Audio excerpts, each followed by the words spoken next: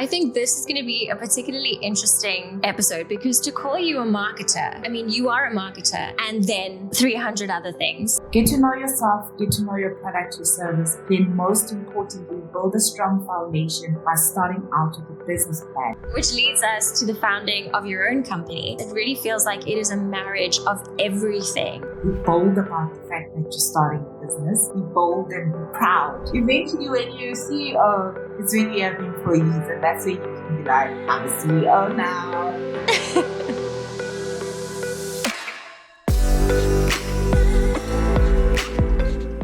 Hello, and welcome to South Africa Tech Marketers, where I uncover the journeys of marketers who are absolutely thriving in South Africa and beyond in the hope of helping you do the same. My name is Kirsty Lang. I am a senior content writer working remotely in Cape Town, and I'm thrilled to be joined by someone today who is also bringing South African marketing talent to the global stage.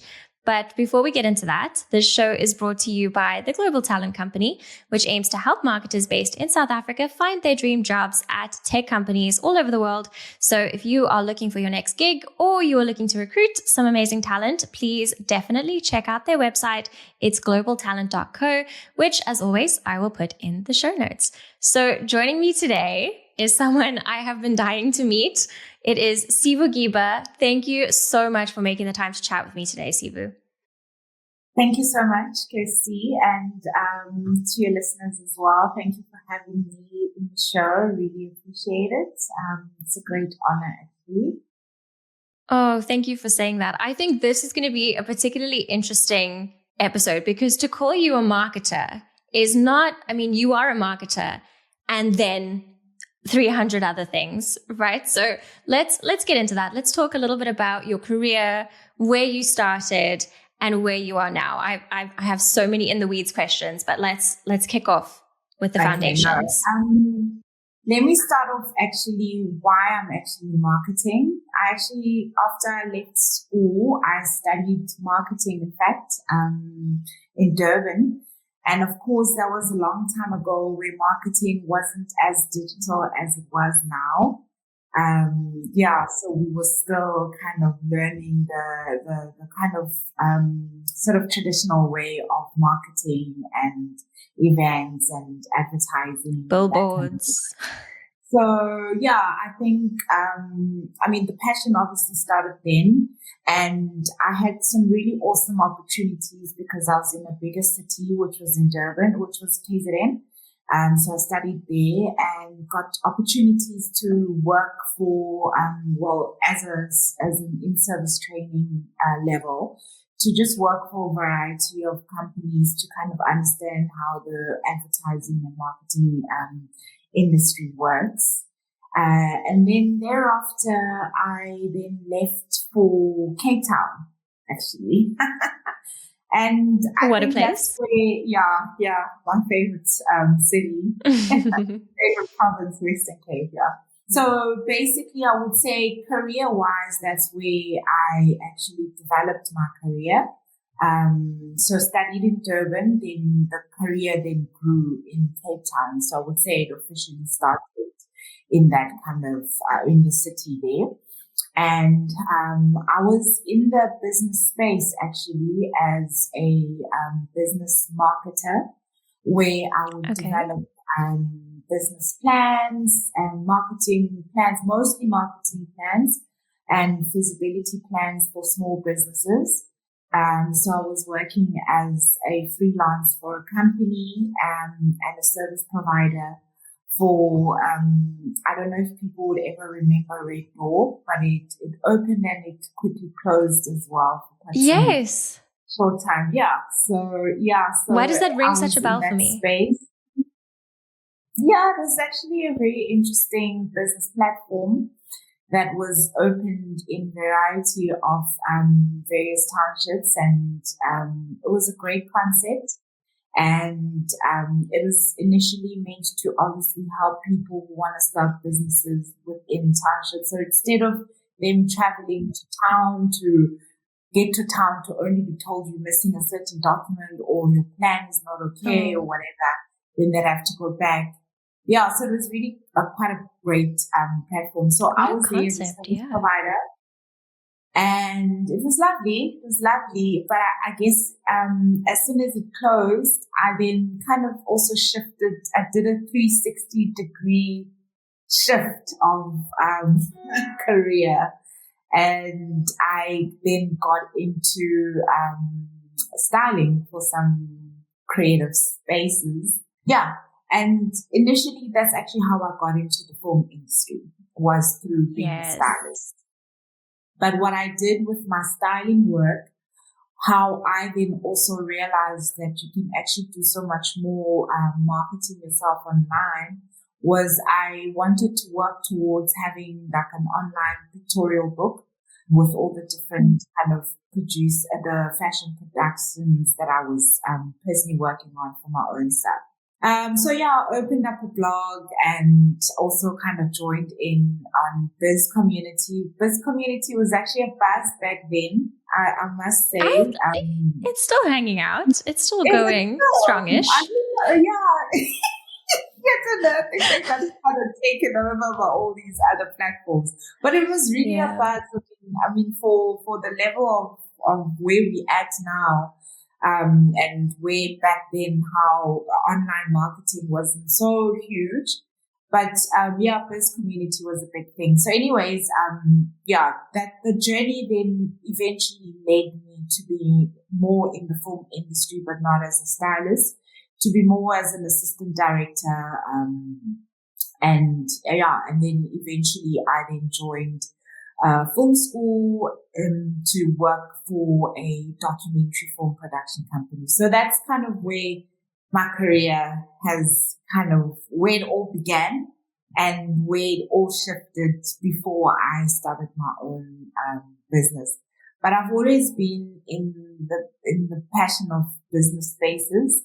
Because when I was in Cape Town, I also opened an events company, which is called Urban Peacock, which is a cute little That's the best name. I was looking through your LinkedIn. I was like, we need to bring Urban Peacock back just for the name. It's great. It actually also had such a sweet logo. It was quite a cute one. So I actually had the opportunity to work with Daddy Longlegs on Long Street to run the event. Oh, amazing. So for folks who don't know, Daddy Longlegs is an iconic, what do you call it, a bar? It's a hotel. A restaurant bar? Hotel. It's a... I thought it was the bar. Okay. Yeah, I mean, the thing is, because they have a lot of international guests, so they have the bar effect for their guests to kind of have fun and stuff. Got you. And that's why they run events as well alongside. Amazing. Yeah. Okay, fantastic. And so from there, you ended up working on, I mean, I know we are here to talk about marketing, but Sivu, you have some very, very cool stuff that you have worked on in the film industry. One of them I saw on your LinkedIn. I was like, oh my goodness, how cool is this? So Mad Max Fury Road. Oh yeah. Mad Max, was that the one with Charlize Theron? Yes, and Tom Hardy. Yes. Oh my gosh. Did you get to meet them? I did. I actually have a signature. I have a picture of him and signature. No. Stop it. Oh my gosh. That's so cool. Wow. I would have been so starstruck. Were they nice? Yeah, they were. I mean, I think they get very serious because the film industry is quite intense with the long hours of filming and yes. So you tend to see the actors get very serious when it comes to their work, because I think obviously they take themselves seriously. So you always often see them so focused and concentrated and but at the same time, whenever there's like days where it's all chilled and, they do share a little bit of laughter, happy moments. I mean, with Charlize, there was even moments where she was like speaking in Afrikaans and everyone was laughing because, with the accent, the accent that she acquired because of living in another country. So now her Afrikaans just sounds so so strange. So it was like a very interesting, laughing moment. But it was fun to be there, fun to work with some of the actors, and It for me, I mean, obviously I'd love to be like, oh my gosh, I'm here with them, but also I have to you can't, right? Because you're at work. Yeah. Yeah. I have to act like as cool as I can be. Like, oh, no big deal. Work, it's only Tom Hardy and only Shanice, and it's only like Tom Hardy as well. Big fan. Yeah. No, that's incredible, Sivu. I love that. I didn't actually know Fury Road was filmed in South Africa. Am I right in thinking that? Yeah, it was. So parts of it was also in Namibia. Because of obviously sand dunes and that part. And then parts of it was in Cape Town, so it was filmed in Cape Town. Parts of it. There was a lot of studio stuff in Cape Town, and then a lot of the outdoor stuff was then done mostly in Namibia. Yeah, so I remember from my time I worked at You Magazine for a little while, which is obviously, for folks who may not have heard of it, is like big on celebrity spotting. And so whenever there were these massive film shoots that often happen in Cape Town, right? Because Cape Town is quite a mecca for whether it's filming ads or filming movies or series. There are some really amazing locations, as I know you know, and some studios as well here. So it makes sense that you kind of pivoted into Cape Town's, I don't even want to call it niche film industry, because it is so big. No, it is big. I mean, Cape Town, as much as the city is big and small in some way or another, but the industry is quite big because they have a lot of international clients. But I think for me, one thing I've actually been very impressed with when it comes to Cape Town is the way they actually market and promote the city as a film destination. So you have like Westboro, I don't know if you know Westboro. But it's located there. Yeah, you should check it out. It's actually a company, they've got a variety of departments, but the tourism, department under Westboro does a stellar job in promoting the city's tourism scale, especially the film, scale of it, and inviting international productions to come and film in Cape Town. So so it's very big. They're very big. I mean, they travel on and they do a lot of like exhibitions and tours and stuff promoting the city. So it's a job well done. And that's why they have a lot of that side. It is.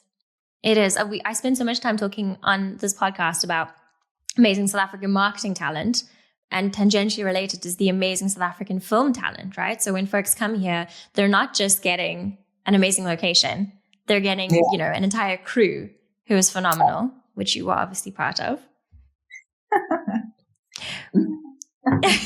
Sivu, which leads us to the founding of your own company. And I love how, so Sivubuhle, am I pronouncing that right? Yes. Sivubuhlemedia. Yes. Amazing. So that it really feels like it is a marriage of everything that you have done in your career, kind of making it a one-stop shop destination for folks who are looking for any kind of, media. Can you talk to us a little bit about what made you decide to start your own thing and what exactly it is that Sivubuhle does? Great. Thank you so much for that. I really absolutely love talking about my company because it's my baby that I started, with my partner, Bushe. And, the reason we actually started the company was purely because, we're from Eastern Cape. I'm from East London. And I think, growing up, I obviously, because my parents had afforded the opportunity for me to be in a variety of schools where your mind becomes opened into what else is out there around where people can do as careers. Even though the film industry or the film and media industry wasn't so big in my understanding then, but at the same time, because of the schools that I went to, I got the glimpse of what is it that it entails. And so the vision for me was purely because I actually wanted to come and develop the Eastern Cape, the film industry within the Eastern Cape, the film media PR and marketing. And I wanted to be part of kind of bringing my skills, the things I've learned, the things I've grown to understand, the opportunities I've gained, the relationships I've built, to kind of bring them here in the Eastern Cape as well. And also just kind of be a company that can be used as a kind of research platform that a media company, a cool media company can also function in the Eastern Cape. So therefore, the government can actually, put funds in making sure the creative film, media, arts and PR and marketing space is actually given attention. And there's much needed funding that can actually go into it as well. So that definitely was the foundation thinking of it. And of course, before you can develop, you need to obviously make the money.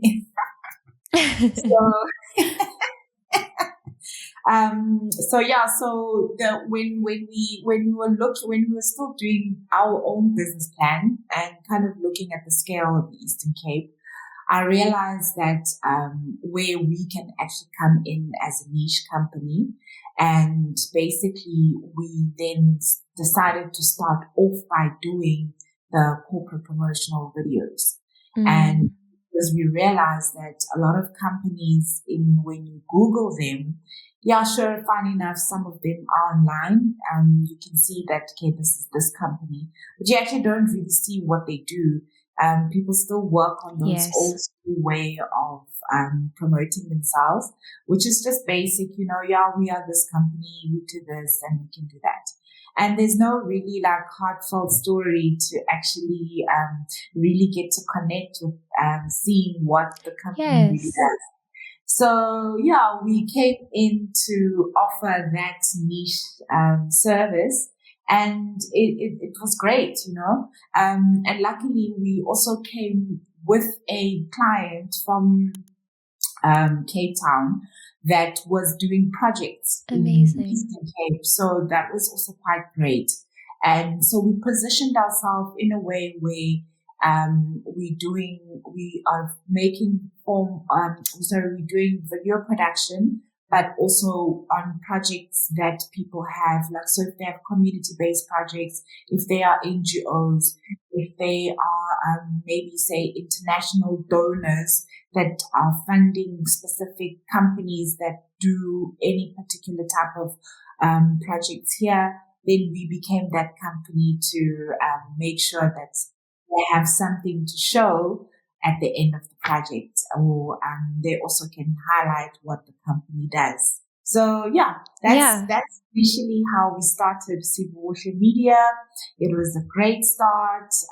We worked a lot with different variety of companies, and it's been a beautiful start.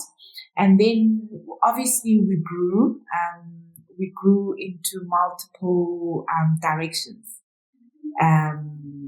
Which is quite exciting. I mean, that's a phenomenal foundation. What I would love to know about Sivu is I went and looked on your Facebook and on your website, and I've seen some really, really cool stuff that you guys have been doing and some great brands that you've worked with. Can you share a couple of projects that you worked on recently that have been really cool? Okay, great. So the most exciting, I would say, is for us. Okay, so one of our services that we really pride ourselves with, where we can actually say tick the box on, is our film tourism service. So that film tourism is all about giving production companies that are coming from either Cape Town, Joburg, and even internationals, which is nice. A platform where a one-stop shop company that they can get everything they need. So from locations, which is our primary kind of service, where we show them the locations that we have here. But on top of that, it also comes with us finding them the accommodation, the transport, the crew, the actors, and, it's like that whole one-stop shop. So the last companies, I mean, we worked with a really awesome production company out of Africa. No, wait, yeah, it's it's Top Africa. Sorry, not out of Africa. It's Top Africa, and so we had the opportunity to work with an international production series that they were doing, and with a German company called Saxon, which is airing now on Hulu, which is really, really awesome. And that's incredible. Yeah, it is actually really, really quite cool. It's a German-Nigerian series, which is really awesome. And so fast forward from there to recent. So we've been doing some adverts. Recently we got the opportunity to work with Saatchi and Saatchi through Phenomenal. Which was really great. Where we did the Old Buck advert. And it was I saw that one. That was beautiful. Yeah, really absolutely beautiful.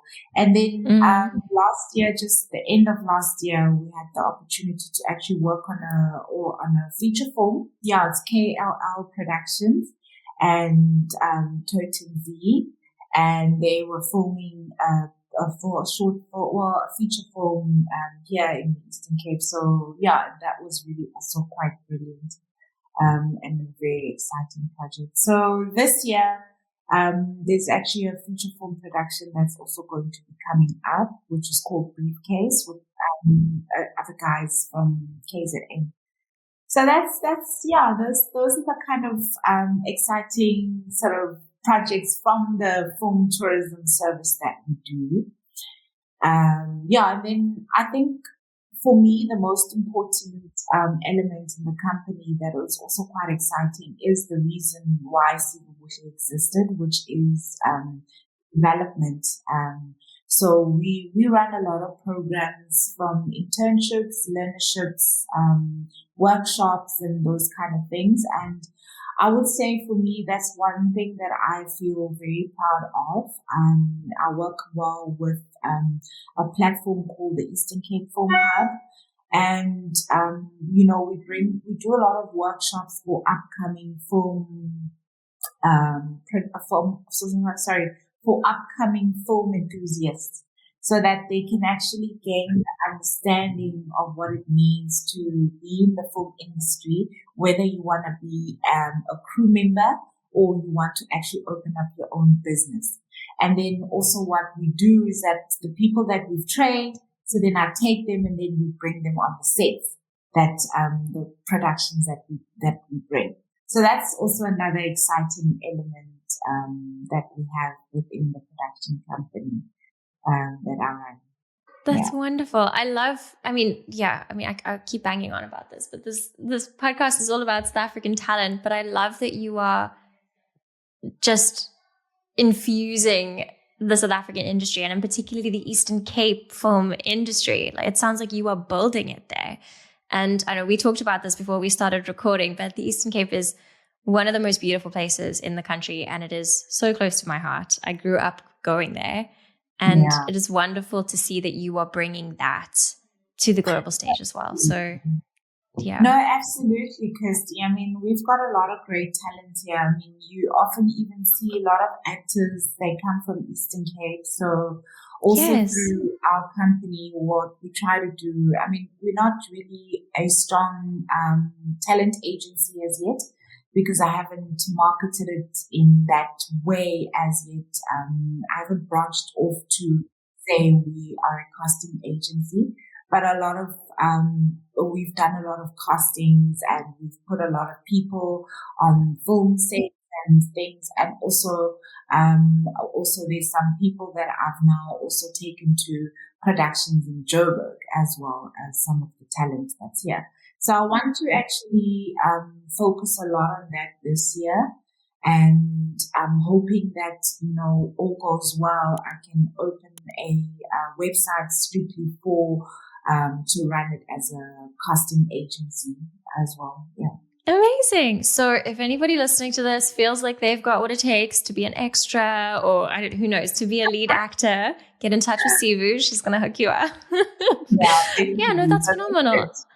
They should. I love how you're kind of leaving no stone unturned in your business and in your career. So I always ask my guests this, but I think because of the breadth of your experience, having gone from marketing to styling to the assistant director to, you know, running your own business and also marketing that business and providing marketing assets for companies and all the things that you do. So what advice would you give to someone who is early in their career and they're listening to this episode and thinking, man, I want to do what Sivu does? What advice would you give them?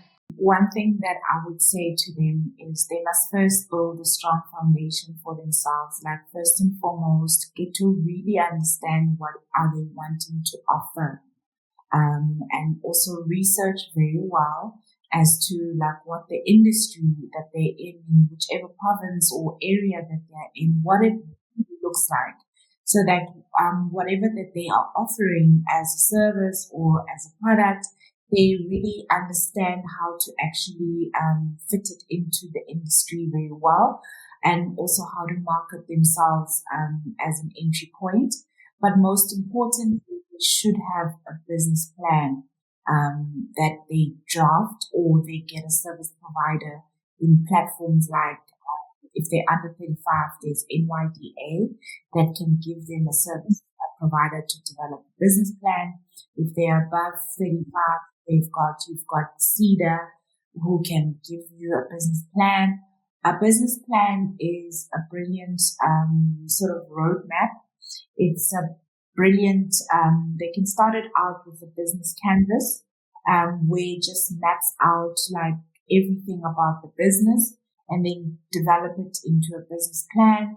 It helps you to understand what you're doing, where you want to take it, how much money you want to make. Because most of the times we open businesses because we think it's easy, but at the same time, get deep into it, it's not.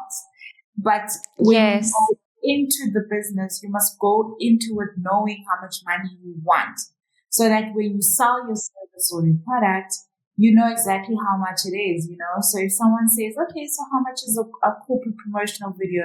It's easy for me to say 45,000 rand. And then if they're like, oh, 45,000, then I know how I can break it down. Oh my goodness. I can break it down what it entails, because I know my business plan. It's easy for me to say, well, this is what it incorporates. But if you want something that's like 30 seconds, I can do it for you for 5,000, you know, things like that. So then it also gives the comfort to the client that, okay, geez, this person knows what they're doing. Therefore, I cannot bargain their costings, because they know exactly what they're talking about. So my big advice. That's such a good tip. Someone who's starting out is get to know yourself, get to know your product, your service, and understand the industry you are going into, that you are going to service or sell your product. Then most importantly, build a strong foundation by starting out with a business plan. Then thereafter, you work on promoting your own self. So be visible on social media platforms, and also have like a basic website. Luckily nowadays, the websites are easy for us to make ourselves. We don't have to hire someone, you know, so that when you start marketing yourself and then people start doing their own research about who you are and what this product is, there's actually something for them to see. It's not like they're going to land there and then they're like, oh, you're not visible, or they don't know what's going on. Yeah. And, there's nothing that beats that, starting out with that strong foundation. But I think also most importantly, the other thing is confidence within yourself, and be bold about it, you know, be bold about the fact that you're starting a business. Be bold and be proud. And, you know, even if you're working for a company, let's say like you've been working for this company, that person you're working for also had a dream. They had a dream, they were bold, and they just started out and they were like, I'm going to start a business, and eventually it's going to have like 20 employees. And then other people were employed. So you can also believe in yourself in that way, that, you know, I'm working on my dream and I'm going to be bold about it. And I'm going to be big, you know, and eventually I'll be a CEO. yeah. So when you start out, you're not a CEO as yet. But eventually when you're a CEO, it's when you have employees, and that's when you can be like, I'm a CEO now. So yeah. Oh, Sivu, I love that so much. What a great note to end on. You've inspired me. I'm going to go and start my own business real quick, but I'm going to start with a business plan first. I know. Don't know what it's going to be yet. No, I'm joking. Thank you so much for making the time to chat to us today and explore your career journey. It has been fascinating to get a glimpse of just such an unconventional path, and what you were building is incredible. And if people want to check out you, they want to check out Sivubuhlemedia, where is the best place to find you right now? They're on Facebook. Yes. It's just so easy to navigate Facebook quite well, because it's a quicker access. It's on my phone as well. Otherwise, I am on Instagram. I'm not so big there. But LinkedIn, I'm also there, but I'm also not so hugely big on that platform. Okay. Facebook it is. I'll be sure to include the link to your Facebook page. I also had a good long scroll through all of the wonderful content that you've posted there. That's a really good way to get a sense. If anyone is interested in the kind of thing that Sivubuhle does, it's a really good way to get a sense of their work. We'll link to your website as well. I hope the folks listening have found this episode inspiring and helpful. I certainly have. Sivu, thank you so much. I really appreciate your time today. Thank you, Percy, and thank you to your listeners for having me. It's been really great pleasure, and the questions are great. And yeah, it's always nice to be one's journey as well as a business owner.